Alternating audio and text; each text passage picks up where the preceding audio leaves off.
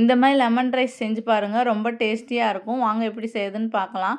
ஒரு கடாய் வச்சுக்கலாம். அதில் கொஞ்சமாக நல்லெண்ணெய் சேர்த்துக்கிறேன். எண்ணெய் ஹீட் ஆனதுக்கப்புறம் 1/2 டேபிள் ஸ்பூன் அளவு கடலைப்பருப்பு, கொஞ்சமாக வேர்க்கடலை சேர்த்துக்கலாம். இது கூடயே கொஞ்சமாக கடுகு சேர்த்துக்கிறேன். ஜீரகம் சேர்த்து நல்லா பொரிய விட்டுறலாம். இப்போ கடுகு ஜீரகம் நல்லா பொரிஞ்சதுக்கப்புறமா பொடியாக கட் பண்ண ஒரு பச்சை மிளகாய் சேர்த்துக்கிறேன். இது கூடயே பொடியாக கட்டின 5 பல்லு வெள்ளை பூண்டு சேர்த்துக்கலாம். வெள்ளை பூண்டு இந்த எண்ணெயிலே நல்லா வதங்கி வரணும். அப்போ தான் ரொம்ப டேஸ்ட்டாக இருக்கும். இப்போ வெள்ளை பூண்டு ஓரளவு வதங்கினதுக்கப்புறமா பொடியாக கட் பண்ண ஒரு சின்ன சைஸ் பெரிய வெங்காயம் சேர்த்துக்கிறேன். வெங்காயம் சேர்த்து செய்யும்போது இந்த சாதம் ரொம்ப டேஸ்ட்டாக இருக்கும்.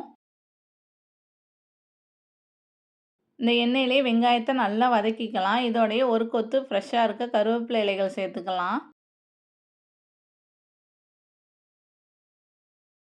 இப்போ இந்த சாதத்துக்கு தேவையான மஞ்சள் தூள், உப்பு சேர்த்துக்கிறேன்.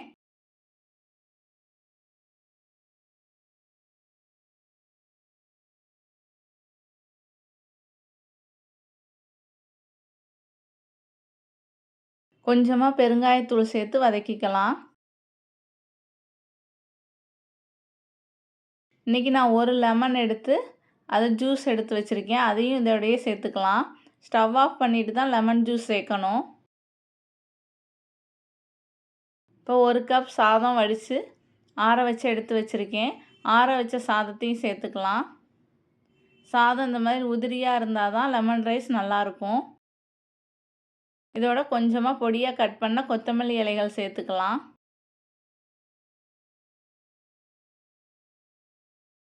வெங்காயம் சேர்த்து செய்யும்போது லெமன் ரைஸ் ரொம்ப டேஸ்ட்டாக இருக்கும். கண்டிப்பாக ட்ரை பண்ணி பாருங்கள்.